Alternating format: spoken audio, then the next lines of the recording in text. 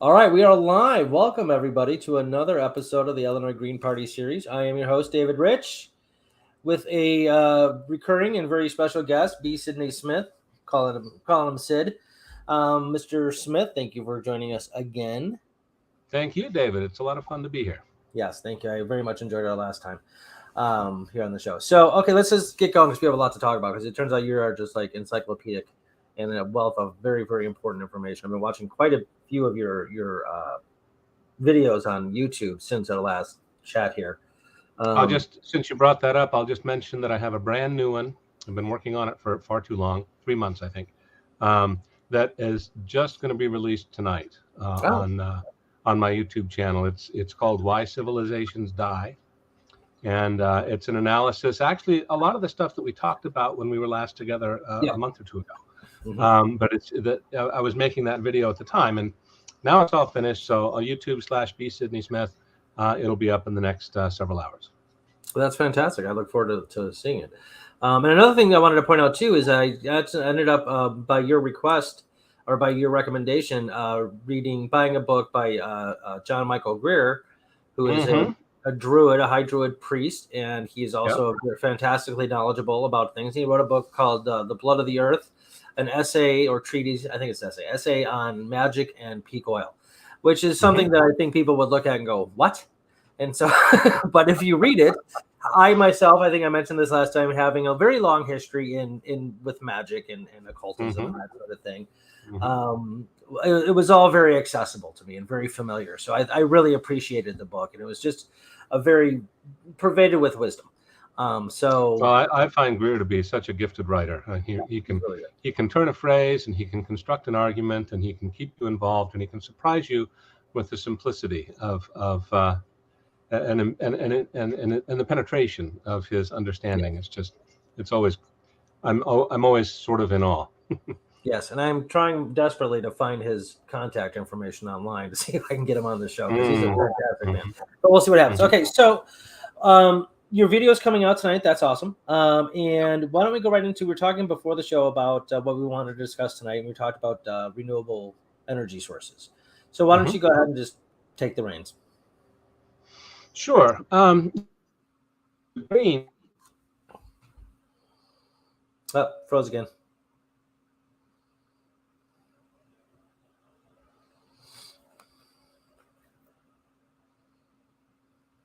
This happened before the show, so as he catches it, he'll fix it. So stay tuned. Here Are we there? Yeah, we're here. Okay, good. I think we made it. So I was saying that, let me bring this back up. There we go. I was saying that as Greens, of course, we take credit for the Green New Deal. Rightfully so. We all thought of that. Jill Stein campaigned on it 2012, 2016. Unfortunately, the way that the Green New Deal is understood, even by Greens, is probably pretty problematic. And to understand why, I'm not saying anything against solar power and wind power and other renewable sources. I think they're great, and we should pursue them with all diligence. But we should be very careful about what we expect them to do for us. I think a great many Greens imagine that somehow we can stop using fossil fuels next week and just substitute in solar and wind for all of that, and everything will be hunky-dory forever. And there are many reasons why, A, we can't do that. B, it would be a disaster if we tried. And I think he's having some difficulties with his computer connecting with the internet out there in wherever he is. So, all right. Okay, I'm sorry about that. That's all right. Doesn't happen again. Where did I vanish? That some Greens think that we can just switch over and everything will be hunky-dory in a couple of weeks. Right, and there are plenty of reasons why that's not the case. Right, and we should understand those because I think we can only be successful to the extent that we can be successful with renewable energy if we understand its limitations and what it can do for us and what it can't do for us. So let me back up just a little bit. This civilization, and this is something in my previous video that I talk about a lot, energy complexity and civilization. This civilization is what it is because of the enormous amount of fossil fuel that we've had available to us, but also because of the enormous energy density of fossil fuel. Just to kind of put that in perspective, a human being can put out about 70 watts of power at a given time, and usually only for about 8 hours or so, and then you need to rest. And this assumes you were well rested to begin with and well fed. So that's about 600 watt hours a day of work that a human being can do. A barrel of oil contains 1,700 kilowatt hours. That's 1.7 million watt hours. That's as much work potential as one human being working 5 days a week, 50 weeks a year for over 11 years. So that's 11 years of human labor in that barrel of oil. And that is the reason our civilization over the course of just a couple of centuries exploded from horse and buggy and cooking with wood to human footsteps on the moon. Human cleverness was involved, but human cleverness is not what made it happen. What made it happen was all that energy. Right. And we've used up about half of what's available. We're not going to be able to use the other half, and there are reasons for that I'd love to come back to, but let me stay on track here. Every proponent of solar energy and wind energy knows that the sun gives us more energy shining on the earth every day than we could ever conceivably use. But the problem is it's not concentrated. Fossil fuel is extremely concentrated. That's fossil sunlight. It's been compressed for millions of years into a very tight little package. You can carry a gallon of gasoline, weighs about a pound. You can carry it in a little plastic container, and it'll send your car down the road 20 miles, right. 30 miles, depending on the car. Right. That's a lot of energy in a small space. I have solar panels on my roof. It's a 6 kilowatt system, and it manages to generate enough electricity to make a little bit of a dent in our quite ordinary electricity usage. And the problem is it's very diffuse energy when it lands. So that's the first issue. We've got very concentrated energy, dense energy with fossil fuels, very diffuse energy with wind and solar that we have to concentrate ourselves. And anytime you have to do something with the energy you're getting, you have to use energy to do that. And that becomes what's called an energy cost of energy. So the energy cost of fossil fuel is generally quite low. You asked me earlier before we came on, about energy return on investment. Energy return on investment right now for conventional oil is around between 10 and 20. And what that means is that for every unit of energy you put into getting oil, you get about 10 or 20 units of energy back. So in terms of, if you think of barrel of oil as the measure, it takes about a barrel of oil's worth of energy to get 10 barrels of oil into the economy.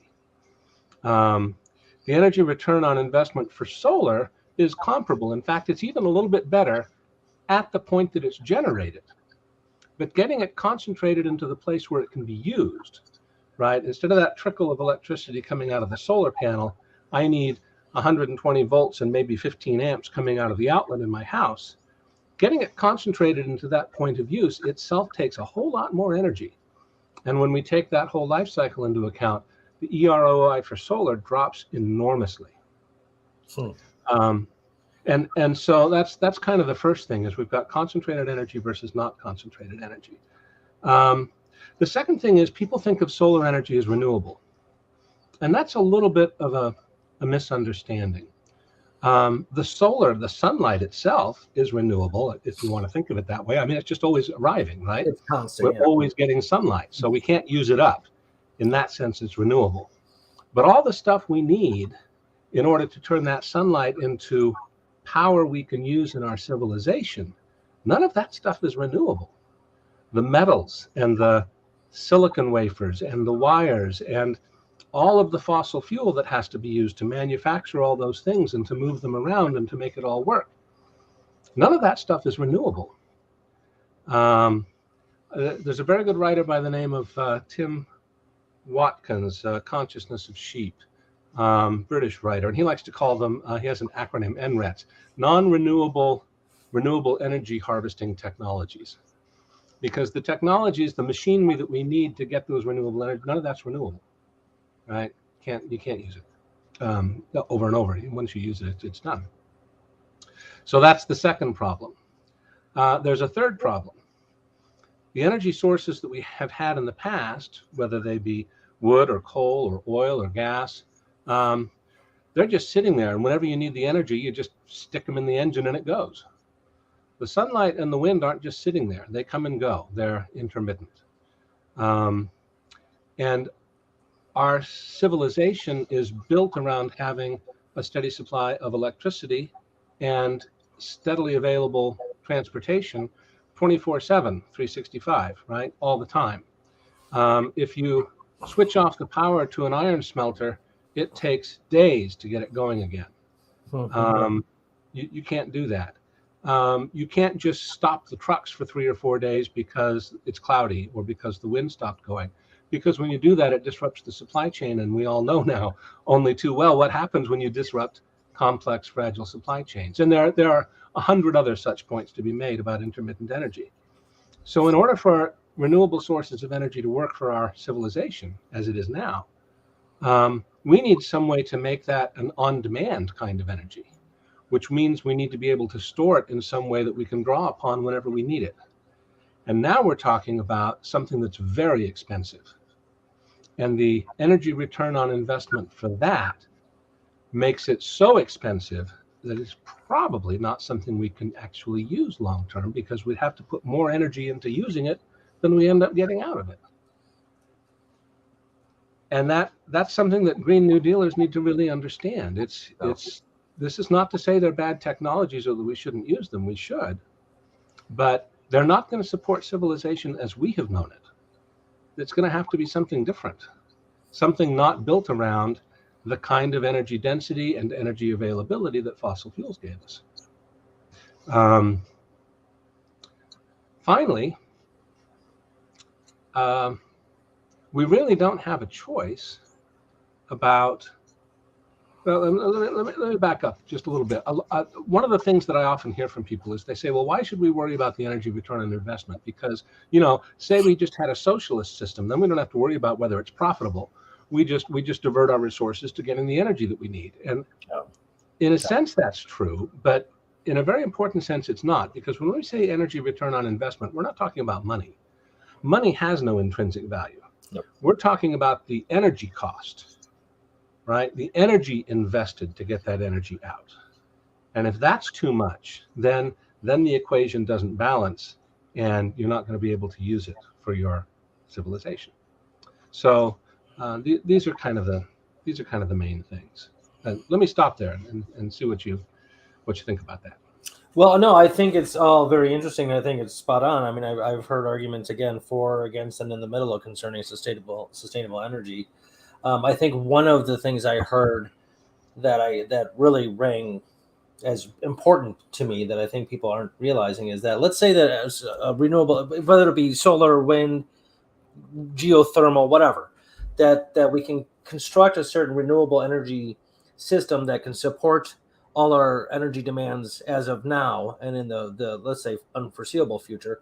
What that probably will do is just encourage people to develop more, to build more suburbs, to build more roads, to destroy ecosystems and tear down forests and build more dams and cause more damage, that kind of thing. So it's these unspoken, these non-talked about consequences that would, it's not a necessary truth, but it's probably what would happen.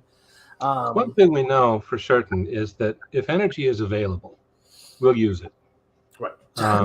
That's not because there's anything wrong with us. It's because that's how nature works. Right. That's a principle that's at work everywhere in the universe, right?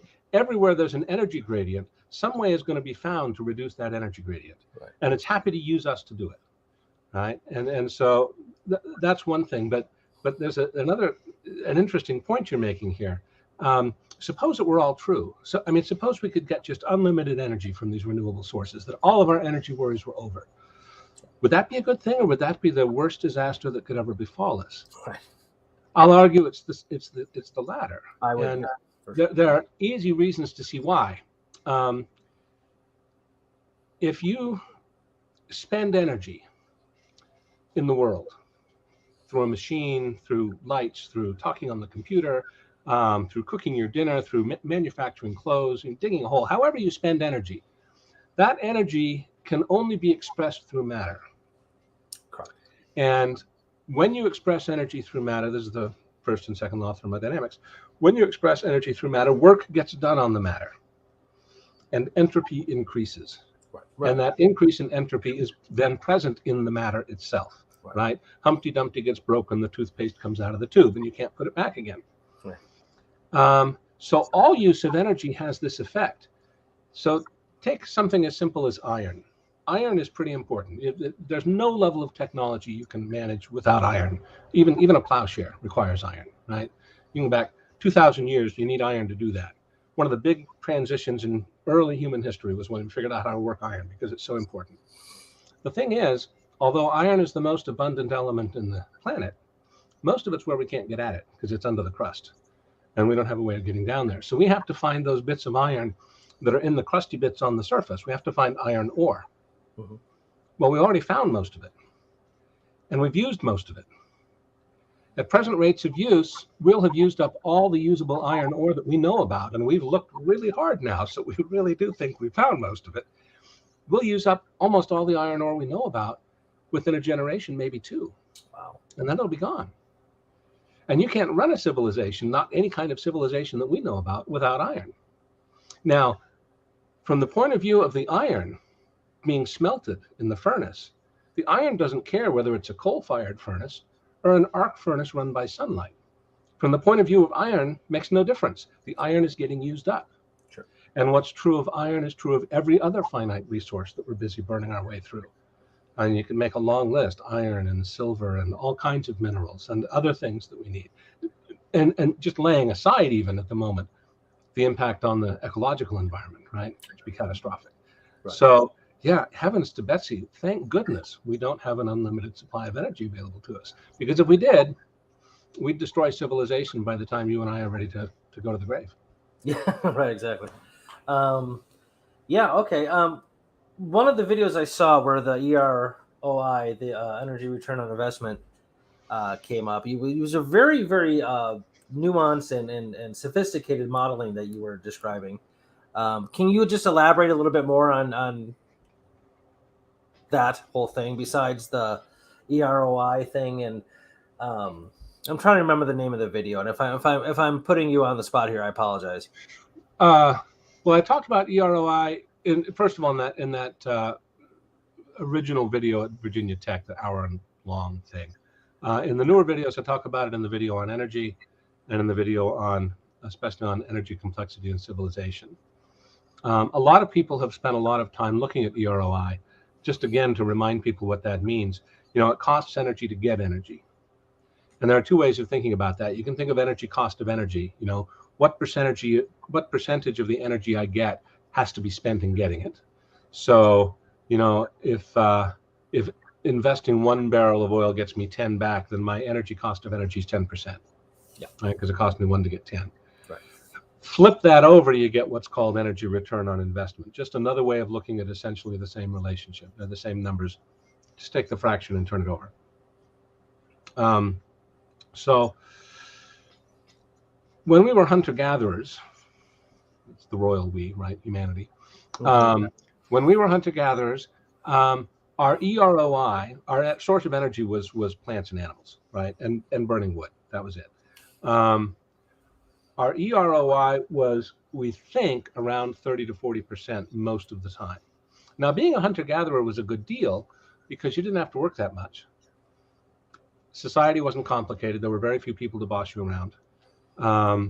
And lots of time for art and leisure and so on and so forth. But it was a very vulnerable life because you depended on being able to find the food you needed to survive. Right. And some years that was really easy to do. And some years you didn't quite make it and people died. When we switched over to agriculture, that solved that intermittency problem because you took your food with you in the form of herd animals, and you planted new food every year, so you didn't have to go chasing all over the landscape to find it. It was right there. I still had a problem with lean years and so on, but we'll get to that. That didn't improve the EROI very much. Still probably 20 or 30% energy cost of energy there, so an EROI of maybe 3 or 4. But it was more stable. And stability is really important because it allows you to start, when you have an extra, you can set it aside for when you don't have enough, right? And you get a lot of stability going on. And with that stability comes then the possibility of elaborating your technologies. And pretty soon people were figuring out how to get work out of their herd animals by harnessing them to a plow, and how to get work out of falling water and get work out of blowing wind. And by the time we get to the Iron Age, people have probably got an energy return on investment between agriculture and the simple machines they could make and so on of 5 or 6. And those that were willing to beat up other people to get what they got could get it even higher, right? Because if you can steal somebody else's energy, that increases your own ROI. And that's how we started to get empires and exploitation and all the horrible things that come along with civilization. But that's about as good as it got until the 18th century. And in the 18th century, they invented heat engines. And that made it possible to exploit the extraordinary energy density of fossil sunlight in the form of coal and oil and gas. And all of a sudden, I mean, early oil, when they hit those gushers in Pennsylvania and the oil comes shooting up out of the ground, the ROI on that stuff was 100, right? 1 barrel of oil got you 100 barrels back. When you have that much excess energy, you can grow really, really fast. And that's what we did. And that's what our civilization is based upon, is having that kind of energy return on investment. But that's going away. It's already gone away to a great extent. The ROI now on oil and conventional oil at best is about 10 to 1, about 10. And it's falling. And the reason is because it's a finite resource, right? We found all the easy stuff. So the reason it costs us more now to use oil is because it costs us more to get the oil. You can't just dig a hole in Pennsylvania and have it come shooting out of the ground. You have to go several miles out at sea and dig several miles deep after having built this enormous $100 million platform, right, to get the oil. And that takes a whole lot of oil. So the energy cost of that energy is constantly getting higher all the time. And that leads to what's happening right now, which I think is the reason that you should know about this. I mean, it's only historically interesting if it weren't for this thing. What's happening right now is we've hit a crisis point. People talk about peak oil, but peak oil is a code name, really, for the crisis that happens in a civilization's energy capture strategy, where suddenly things tip over from having enough more energy to really be free to grow and to be secure, to not quite having enough energy to grow anymore, and then not quite having enough energy to sustain what you've already got. Right. And that's that thing that we're going over right now. And the results are catastrophic because the civilization is designed around growth, and it's designed around having enough energy of a particular kind. And it can no longer grow, and it no longer has that energy. And there are consequences. Consequences are not just economic hard times and financial crisis. Consequences are suddenly there's not enough stuff in the world and everybody wants it. And we know what that leads to. If you don't know what I'm talking about, just think back to February 24th. Right? That's when the war started in Ukraine in earnest. Right. And that's not because there's something wrong with Putin exactly. That's because there's not enough energy, and we're fighting over it, and we're going to continue fighting over it. That's interesting because you don't hear on the mainstream media ever that has anything to do with why Putin invaded Ukraine. That energy. Well, that wasn't his personal. I hate talking about Putin as though he were somehow the grand dictator, right? That wasn't Russia's motive. Russia had a lot of motives, and most of them had to do with the fact that most of the people in eastern Ukraine are Russian. Right. But the dynamic that set that up, why it was war rather than a negotiated settlement. Right. Why we had a CIA engineered coup in 2014, the Maidan Revolution, right, rather than what the Europeans were trying to make happen at the time, which was, get some sort of an accommodation that would integrate and unify European security, including Russia. Why did these things happen? Why did we spend trillions of dollars tearing up and destroying nations in the Middle East for 25 years? Why did we do that? Right. 30 years, really. All of these things have to do with the fact that we're trying to keep afloat a system that needs more energy than we've got. Wow. I mean, you always know that, like, resources have a lot to do with most wars. Hmm. Land, and you don't get land just because Hmm. you like the scenery. You get it so you can tear it up and get stuff for your civilized society, whatever it may be. Hmm. Hmm. Uh, but to hear it put in those like kind of more detailed or exact terms is hits you in a different spot. It means we're in a very, very dangerous time, and it's going to continue to be that way for the foreseeable future. Okay, well that's a good segue then. I want to talk more about individuals, what they can do, what they should do. Should always implies can. If you can't, Hmm. then should doesn't matter. Hmm. We can thank Kant for that one. But as a person, I consider a part of the definition of a person is to be a moral agent. You have the capacity Hmm. for reason and will. We can Yep. bicker over whether or not the will is free or not. Well, that doesn't matter for this conversation. I think it is, but okay. But Me too. good. I think it would be a real drag if it wasn't. But anyway, um, um, as a moral, and I proselytize morality all the time. When I studied philosophy, I focused on epistemology, logic, and morality. That's what I did. Hmm. I thought that they all were coincident to one another. They overlap. They were intertwined.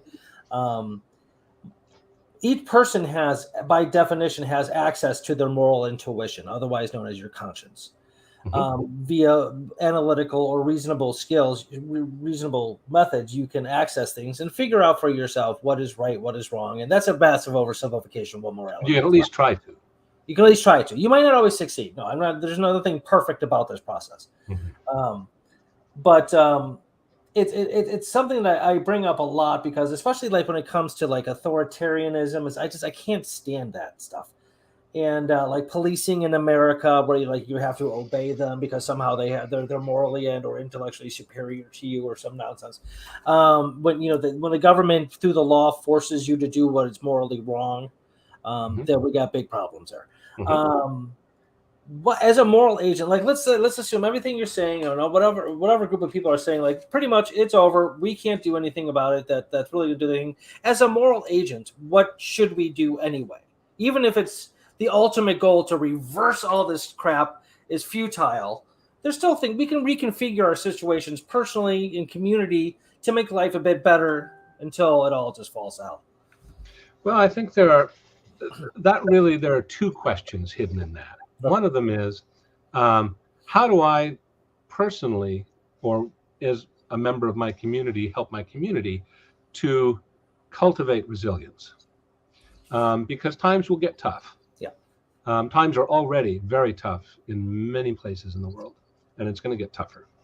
Um, we were talking about John Michael Greer earlier. One of my favorite quips of his is that the future's already here. It's just not evenly distributed yet. I love that. Right. So that's the first question. And when I say my community, that can mean my family, my friends. It can mean my hometown. It can, whatever it might mean. Right. The group of people of whom you are an integrated part. How can you cultivate resilience? That's the first question. All right. And then the second question is, how can I behave to the extent that I can in a way that is less harmful rather than more harmful?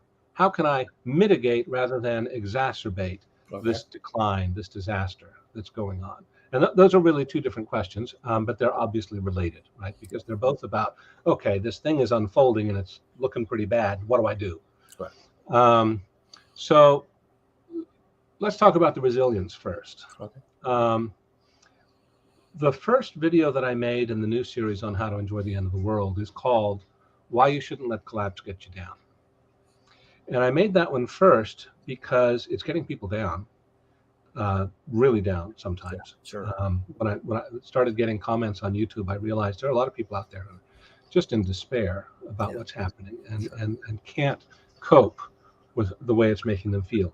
So the first thing is to attend to your own mental, emotional, physical, and moral health.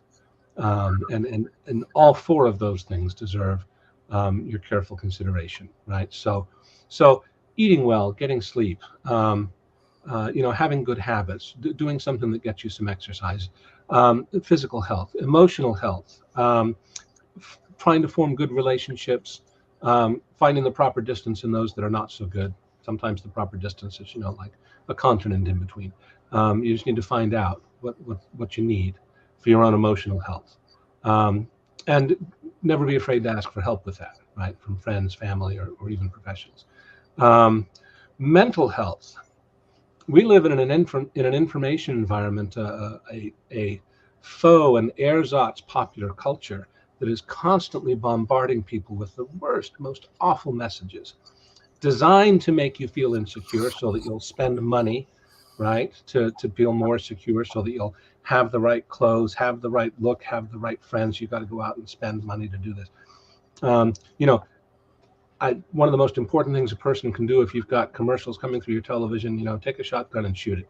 Because the idea that you should have just all day long be bombarded with these, really insidious, carefully designed by psychologists messages designed to throw you off and undercut your sense of well-being in order to manipulate you into spending money the way they want you to. Just get away from that.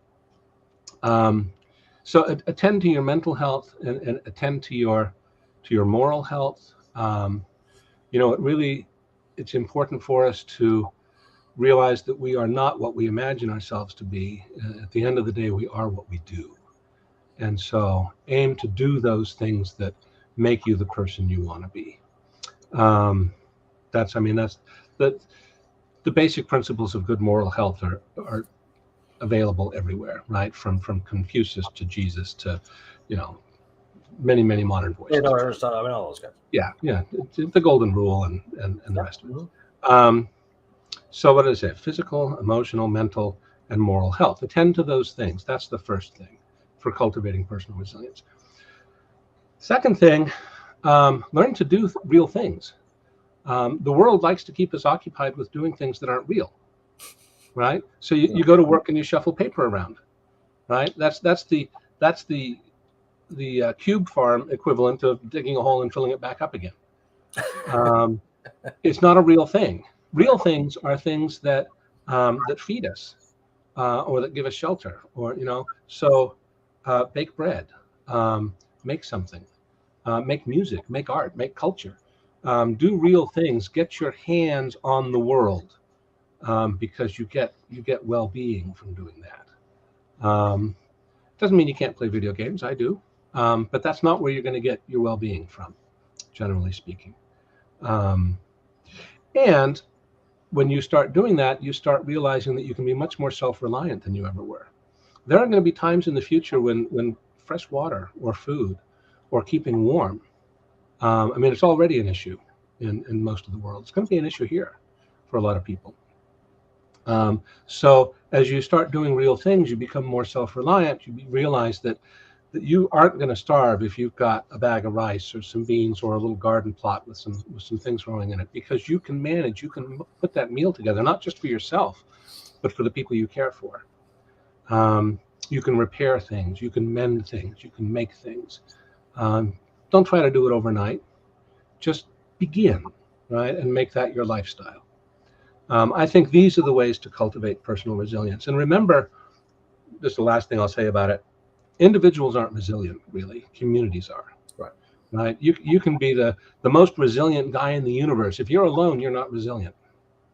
You're vulnerable to every kind of problem, including mental and emotional ones. So whatever community you're in or whatever community you want to be in, contribute to that community. Don't expect too much back. Be a servant, right? Don't try to be a leader. Be a servant to that community, and help it be healthy, because that's where real resilience comes from going forward. Okay, so that's the resilience part. Okay. The part about not making things worse, it's a little trickier, because you sort of have to function in the world you're in, right? I can tell you all the things wrong with the idea of replacing our vehicle fleet with electric cars. I also own an electric car. Why? Well, in the present moment, in the situation I'm in, it made the most sense in terms of having the least impact and of helping me be resilient going forward, because I knew inflation was coming. It's one of the reasons. and it got us away from where fuel's headed. That's right. So nobody's got like, here's the answer to how to behave well in the world, because it depends who you are, where you are, what you've got, and what you're trying to do. Right. You know, so some obvious things. If you're already practicing some of the things we talked about with personal resilience, you can begin to move away from the ersatz aspects of consumerism that get you using more stuff than you really need to use, right? So you stop using all that plastic garbage, and stop using fast food, and stop using those things in our society that are really just there to keep driving the economy through, even though it's just wasteful and stupid, right? Keeping it real. But after that, I think you have to decide for yourself, how you can make the best contribution to the world, and that's something a person should be trying to do anyway. Even if the world wasn't ending, even if things were wonderful, I think everybody lives their best life by figuring out how to make their greatest contribution, right? Mm-hmm. So I will add one thing, and this is something I talk about a lot in this video that's just dropping tonight. Our institutions, our government institutions, our social institutions like marriage, for example, or even our local community institutions, like the city council and the sheriff department. There are good reasons for really being mad about all of them. But we should never forget that if they all vanished tomorrow, we'd all be starving and at each other's throats. Right. Institutions take a long, long time to build. We can change them, and we can change them in ways that will make them more just. And we can even reduce them if they're too powerful and too oppressive. Yeah. But we should never simply abandon them, because as we go through these difficult times, those institutions, like everybody else, are going to be under great stress. And if they collapse, that's when society turns into chaos. And that's when there's a real danger of things just going Mad Max, right? And you don't want that to happen. So stability is something good. We should aim to try to keep things as stable as we can. That's the only other thing on that. Okay, that's great. I'm glad that you said that towards the end of this. Because I was thinking as you were talking about the advice for like how to remain resilient, and which is all good advice for sure. That there's some people out there think that it's not that the chaos you would just describe, the Mad Max world, is inevitable. It's going to happen once the fuel, the petroleum sources get depleted sufficiently. Or it's just not going to maintain, especially transportation. Most of transportation is run on diesel. Once that goes, what are you going to do? You're not going to get your food supply anymore, because it's you're getting tomatoes here in northern Illinois from Colorado or California or wherever, and the whole system is just they think it's just going to collapse in a very short period of time, and it's going to be absolute chaos. Yeah, I'm not very enamored of that notion. Two things I would say about it. First of all, society and civilization and economies are all irreducibly complex. And what that means in practice is you can't know what they're going to do. You can know that things are under stress and that things will probably have to fall apart, but you can't know how or when or what form it will all take. It's quite possible for civilization to collapse in ways that don't destroy the social fabric. It's happened over and over and over again. And people aren't going to see what's happening and just sit on their hands, right? And I know there's Guy McPherson. I was in an interview with him once, and nice guy and important sounding alarm about climate and so on. But one of the things he was on about at that time was that when civilization collapses, we've got all these dozens and dozens of nuclear power plants, and they'll all melt down, and we'll all die from radiation poisoning. Right. Well, that assumes that when something goes wrong, people are just going to sit there and watch them melt down. But of course, that's not what they're going to do. And we have a nice illustration right now in Ukraine. The nuclear power plants there, the Zaporozhye one, but also the ones that are in Ukraine because of Russian bombing, have found themselves under terrible stress where they haven't gotten the electricity from outside that they need to keep running. Well, they haven't melted down because there are people there who know what to do. So in the Zaporozhye nuclear power plant, they shut it down. They pulled the fuel rods out, right? I mean, people do these things. Right. People aren't going to sit on their hands while things go to hell in a handbasket. They're going to do the things they know how to do to try to prevent disasters. And that's true across the board. That's not just true of nuclear power plants. So are there going to be catastrophes? Of course. Of course there will be. Is there going to be absolute total chaos everywhere? Yeah, only if everyone goes insane. And I don't think that's going to happen, right? So if our institutions fail, then things will, it'll be wild, wild west in some places. But I don't think there's just going to be a general sort of barbarism. You wake up one morning and everyone's, turned into zombies. I don't see that as realistic. Okay. Well, I hope you're right. Because I'm not a violent person. I own a couple of guns, but that's mostly just because I grew up shooting guns. Mm-hmm. But I have no desire to use them on a person. But I mean, it's quite true that if all the trucks stopped running tomorrow, half of us would starve to death in 2 or 3 weeks. Yeah. That's a true thing. Yeah. But if all the trucks stopped running tomorrow, a whole lot of people would do a whole lot of things to try to mitigate the situation so that we didn't all starve, right? So I think that's true, and that's a good point. That's just the better part of humanity. The generosity and the goodness of human beings. I think neighbors would reach out to one another and say, "Hey, let's get together and figure something out." I know in my community, no one would starve because everyone would take care of everyone else. Right. Of course, I live in a rural area. People have cellars full of food, but that's part of resilience. Yeah, no, absolutely. And I think that would probably happen a lot in a lot of places. I know here I'm staying with my mom right now. She lives in a small little retirement community in the suburbs. They take care of each other anyway, when everything is, fine, if you will. Yeah, I think everything would be okay, at least for a little while. But then I also imagine people just, busting the windows in grocery stores and going in there and just looting the hell out of it because they don't know what to do. We are seeing, our own future in places like Sri Lanka and Lebanon, and possibly in Ukraine if war comes home to us, where people can't get their money out of the banks, they can't get any fuel down at the gas station, and they can't afford to buy the food that they need, and they can't afford to pay for the heat they need in the winter. I mean, those times are coming for more and more people. They're already here for a great many people, and so we do need to build resilience against those.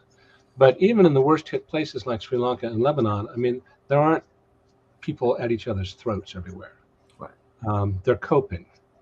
They're dealing with what is a terrible, tragic situation, but they're dealing. That's what people do. Right. Absolutely, yeah. I was at the grocery store the other day, and I was eyeing the generic cans of tuna for 79 cents. I'm like, maybe I should just drop $100 and just buy $100 worth of these cans of tuna or chicken meat or whatever else. And just again, in case things go to crap quickly, I'm like, well, at least I can eat. Might not be the highest level of cuisine, but it'll keep me alive. One of the most important things a person can do is to learn to can.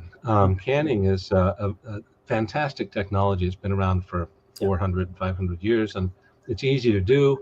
And you can find at the grocery store, you can find beans and meat at times that are just dirt cheap, and set them by. And my wife and I mean, we're reasonably comfortable, not well-to-do by any means, but we still can a lot of stuff, and every other meal, it's things that we either produced on the property or that we canned up to have, right? Really reduced our grocery bill, and we still eat really well. And there are so many things a person can do to develop resilience, and it's worth doing. It's fun. Yeah, no, my grandmother on my dad's side was big into that, jarring and canning and that kind of thing. We had a great time making homemade jam and preserves and canning tomatoes and all that. Was fabulous. She had her little pantry. You just go in there whenever you wanted and grab some, and it was unbelievable. And if you do have the opportunity to live outside of town, it's nothing easier than keeping a handful of hens. Easiest thing in the world, and they'll keep your yard free of bugs, and turn all those tasty spiders and grubs into really good eggs. They're just, you could list dozens of things: fruit trees and keeping a garden, and on and on and on and on and on. Right. People did it for tens of thousands of years, Yeah. so I mean, we could do it again. It's like I remember a time before my cell phone. If it goes away, I think I'll be okay. Even though I'd be saddened because I couldn't play, Right. solitaire or whatever. Okay, very interesting. We got about 15 minutes left here. I wanted to talk a little bit about economics, if you will, because that's obvious. I mean, you talked about. I thought it was extremely insightful how you just described economics as a system of energy transference with a veneer of monetary value on top of it. I'm like, that's actually an extremely good point. And I've been looking at economics that way since you mentioned that, and it really has kind of shaped my perception of it, my perspective on it, considerably. It's very valuable insight. Can you talk a little bit more about that, and maybe talk about I know I've seen a couple of your posts about rich people still commandeering the wealth and that kind of thing. That might not be exactly, but it had something to do with economics and economic elitism. Can you discuss some of that? I mean, Well, one of the ways I think people can help themselves, this is part of mental resilience. The people who actually run our institutions were raised on a paradigm that said that the economy is a financial system.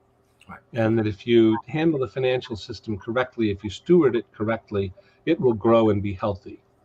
And it treats all of the real world things that go into that economy as just being inputs that, from a theoretical point of view, are always there when you need them.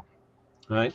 An economist says, if we're running out of this, all you got to do is wait for the price to go up, and then somebody will go find some more because it's profitable for them to do so. That's how economics looks at scarcity. And the people who run our economy, that's how they see things. Right. Unfortunately, that worked while there was still plenty of planet for us to burn through. Right. It doesn't work anymore because we've used up too much stuff. Right. And you can let the price of something go up and up and up and up, and they're still not going to find enough of it. And just on that note, one of the things that's really interesting to watch, back in 2000, 2005, and so on, when I was kind of an early student of all this kind of stuff, and I was following the peak oil movement, and everyone was saying, and I was right there with them saying, oh, in 10 years, we'll be looking at $10 a gallon gasoline, and the price will never come down. How wrong we were, right? And the reason we were wrong is not because there was plenty of energy. There wasn't. The reason we were wrong is because the financial system is not the economy, and it behaves in ways that are not simplistic when it comes to the real inputs, the real economy. It rides on top of the real economy, but the way it reacts to it is very, very weird. So oil is a great example. We hit peak conventional oil in 2005, peak everything oil in 2018. We will probably never produce as much oil as we did in 2018. Right now, globally, we're 2 or 3 million barrels a day below that level, and it's still dropping. And why is it dropping? Because there's still lots of oil in the ground. Why aren't they going and getting it? Well, because every time the price goes up high enough for them to invest in that oil, since everything's made of oil, the price of everything goes up, and then the economy slows, and demand is destroyed, and so the prices come back down. And then they can't make any money back on their investment to get more oil. This is the story of oil shale in the United States. We had this enormous oil shale boom from 2014 to 2019. If oil had stayed at $120 a barrel, those people would be making money. It didn't. Because at that price for oil, the economy can't function because everything gets too expensive, and so people stop using as much stuff. And I mean, this is kind of common sense. If you're running short of something, don't you start using less of it? Yes. Sure. Well, the economy as a whole does the same thing. And the result is that it actually depresses the price of oil. Oil came up in response to the war in Ukraine for a while, and now it's dropping back down again. And why is it dropping back down again? Well, because it destroyed demand, right? And so we have what's happening in the real economy, and then we have the weird little ways that the financial economy reacts to it. And if you just follow the financial economy, none of it makes a damn bit of sense. The stock market is rocketing upward, and then it's crashing downward, and the price of this commodity, the price of that commodity, jumping up and down. I like to build things, so I follow the price of wood. Lumber I think it's per ton or something. I forget how they do it, but anyway, it was at like 350, 400, And then all of a sudden it shot up, and it was like $1,500. You'd go to buy a sheet of plywood and it would be 80 or $100 for a single sheet of plywood. You buy 3 boards at the lumber yard and it costs you nearly $100. Crazy. And now it's back down to 400 or so. This is just the financial economy jumping all around in response to what's happening in the real economy. And what's happening in the real economy is we're running out of stuff. And so we're using less of it. And since demand is being destroyed, the economy is slowing. There's a whole lot more to be said about that, because you also kind of have to look at prosperity and debt, and there are a lot of things feeding into it. But the long and short of it is everything is in steady decline because we're running out of stuff. There's not enough stuff for all the people. As that goes on, the financial economy is going to react to it in very weird, unpredictable ways. And the people who are running the system have no idea what to do about that, because all of their assumptions are no longer of any use. They can no longer treat material inputs as just something external to what is essentially a financial system in their minds. And so it's jumping all over the place. And so now you've got the poor Fed trying on the one hand to keep some kind of liquidity in the banking system so that the credit markets don't squeeze up and everything screech to a halt and the banks start toppling like dominoes like they were in 2007, 2008. But also at the same time trying to keep inflation from going hyperinflation and destroying the value of money. And this is Scylla and Charybdis, right? This is the old-fashioned rock and a hard place. There's no good solution. And watching them try to find one is it both depressing and amusing, because all that's really happening is the real economy is in steady, steep decline and will be forever now. Interesting. All right. So David Fletcher is watching. Hello, Mr. Fletcher, and Albert Shaw. Hello. David said the electric car cost too much. This is at the beginning of the show. Yes, they are. That's another thing too about these, these solutions, if you will, is that they're going to be for people who can afford them only. The real world is no longer going to support the idea that everyone gets to have their private steel chariot. Right. Doesn't matter how you power it. Right. And he also is asking, who is the world expert on solar energy? Do you know at least like a name or somebody? I don't know. I had a guy who owned the solar energy thing on the show before, but I don't remember his name. Well, I'm not quite sure what is being asked. I mean, there are people who are experts in like building solar power plants. Okay. I don't know if that's what's being asked, or I don't know. It sounds more like he's asking about the science of it, but I don't know. Yeah, I mean, the science of it is interesting, but the long and short of it is we get about 100 watts per square meter from the sun, depending on where you are. And there's a theoretical limit on how much of that energy can be converted to electricity. It's around 27%. You can't get past that no matter what you do. It's physics. And then there's the question of how to get that energy to where it can be used. That's what it all boils down to. Okay. And then Albert Shaw is asking, does your guest, that's you, have any book or reading recommendations based on the conversation that we're having, or even personal favorites? But yes. You mentioned several last time, which was extremely helpful for me. So yeah, go ahead. Yeah. Well, I mean, there are some blogs that I've already talked about. Consciousness of Sheep, Surplus Energy Economics, excellent for understanding how the financial economy is failing to cope with what's going on. And of course, ecosophia.net, where John Michael Greer writes a weekly blog post every Wednesday. One drops, and every other Wednesday it's usually on one of these issues that we've been talking about. The other Wednesdays, it's usually something to do with magic or druidism. Say that last part about Greer again. What it says? So I'm trying to type this in here. Oh, ecosophia.net.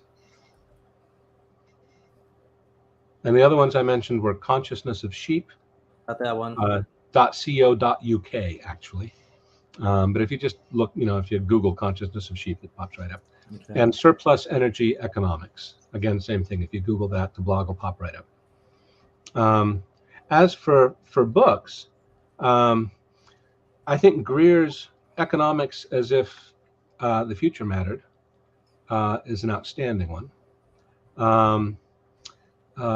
Tainter's The Collapse of Complex Societies. That's more academic, but it tells you a lot about why civilizations always fail, eventually, one way or another. William Catton's Overshoot is sort of the Bible for people wanting to understand our ecological overshoot, which is a huge thing we haven't even dipped into. But I mean, a lot of the things that people talk about, including global warming, that's all part of our ecological overshoot. Sure. So understanding that's pretty important. I'm sure that I would think of 2 or 3 more titles as soon as we're done talking. That's well, of course, yeah. That's a place to start for sure. Yeah, for sure. Well, cool. Thank you. I'm interested in looking at Greer's ecosystem. Oh, that reminds me. That's something I wanted to bring up too, because when I brought up economics, I kind of had a little bit of an agenda there. Because so many people nowadays find this dichotomy, and it's a false dichotomy, that it's either capitalism or it's Marxism or some form of socialism, like that's it. And that's simply not the case. In fact, being annoyed by that false dichotomy recently, I'm like, well, let me look at some other options, okay? Because I know that. So I'm like, well, I wonder if there's an economic system that's based on the environment, on environmentalism. So I just typed in eco-economics, and poof, all these things came up. In fact, a book I had forgotten I had read a long time ago. I remember the first name, Shoemaker. Small things are beautiful. Oh yeah, that was kind of that was my baptism into these kinds of ideas, right? I think I was 18 when somebody stuck Small is Beautiful in my hands. Yeah. So it turns out there is. So I would encourage people, and I just literally had this notion in my head 4 or 5 days ago. So I just looked it up. I haven't involved myself in any research into it or anything, but I will soon. I think after I finish The Blood of the Earth, and I'm like almost done. Well, I got so fed up with the Marxism versus capitalism argument going on in the Green Party that I finally sat down in 2019 and wrote a long essay about it. It's called Socialism in the Green Party. You can find it on my website, bsidneysmith.com. And in it, I talk precisely about it's not about capitalism versus Marxism, because both of those don't understand what the economy really is. Right. Marxism is not quite as, out in loopy land as investment capitalism is, but both of them are products of a time when there was plenty of stuff, right? And we could just grow and grow and grow and grow, right. And both of them subsume that in their ideologies, and for that reason, neither one is really what we need to think about going forward. But anyway, you can look up that essay. Yeah, I just typed it in there right there. What is the Socialism and the Green Party. And your website is bsidneysmith.com. bsidneysmith. B as in boy and S-I-D, Sydney with an I.com. Oh, gotcha. Okay. There you go. So yeah, you can check out all these recommendations here, folks. I will be definitely jumping on some of these right after the show. I want to read the Socialism and the Green Party. Yeah, because it's just, again, it's like it's either you're left or you're right. You're Marxist or you're capitalist, and just knowing that there was a economic transference of energy system, which is what an economy is. There was times that happened well before capitalism and or Marxism existed. So I'm like, well, there's got to be a different type of economic system. And in fact, there is one at least that puts the environment for the resources available first as foundational. Marx put labor was first, okay? Capitalism puts profit first, or private ownership of capital, I should say. That kind of thing. And I think those are both just not proper beginnings to base the rest of an economic system on. So, but I don't know much about eco-economics. I'll get back to you. Give me a couple of weeks and I'll find some good stuff and read up on it, and we can maybe have you back and we can discuss that. Would be great. We only got a couple minutes left here. Anything you want to wind it all up with? I think we need to hold on to our butts, because 2022 is definitely a shed year, watershed year. Things are changing very, very rapidly, and there are many, many dangers, especially associated with war, but also with the possibility of financial dislocations and corrections. The world as a whole is swimming in debt worth several times the actual amount of real wealth that it's able to produce. Remember that money and debt are both claims on future uses of energy. And if that energy is not going to be there, those claims are worthless. So the debt and the money have to somehow be destroyed. And how that happens will govern a great deal about the experience we all have, you and I and people elsewhere in the world, over the course of the next 2 to 3 years. So don't expect normal, because normal, to the extent that it ever existed, is gone forever. Instead, we're headed into something really interesting. So Cultivate resilience and strength of spirit, and try to enjoy the ride. Remember, life has never been easy, and a lot of the best human lives have been lived during the times of the greatest hardship. So live yours the best you can. That's the most important thing I think people need to hear. I love that. That's great. Yes, and I just want to point out too, because I was kind of describing some of your ideas about things and how to enjoy the end of the world to a friend of mine. He's like, is he talking about like is he Epicurean? Like eat, drink, and be merry, for tomorrow we die. I'm like, no, not really. He's not saying like just party, party, party, and become a gluttonous slob, because you might die tomorrow. But he is saying that more of a moral happiness and a just happiness and a happiness based on, like you said, resilience or virtue. I would infer. Is a better way to be happy than just shoving anything you can into your mouth. Yeah, I think a person wants to live their best life, and that's not going to be a life of dissipation, right? So yeah, but eat, drink, and be merry. That's a good thing to do, on feast days. No. I mean, you enjoy yourself, and I'm going to go after this, play poker, and drink beer. Outstanding. I'm going to have a good time doing it. Okay, so Sid Smith, thank you so much for coming on the show. Always a pleasure, sir. I will reach out to you because I would love to have you on again. I want to look into economics, and maybe we can talk more about that and other things as well, because you just are just a breadth of knowledge. You are just wonderful. I'm so glad that I stumbled upon you. I think there was some sort of cosmic something or other, and so because you just really, it's been like Christmas Eve since the last time I had you on. I just couldn't wait to have you on again. So thank you again. Okay, thank you everybody for tuning in to the Illinois Green Party series. I'm your host David Ritz. Till next time, be good, be green. Good night. Good night.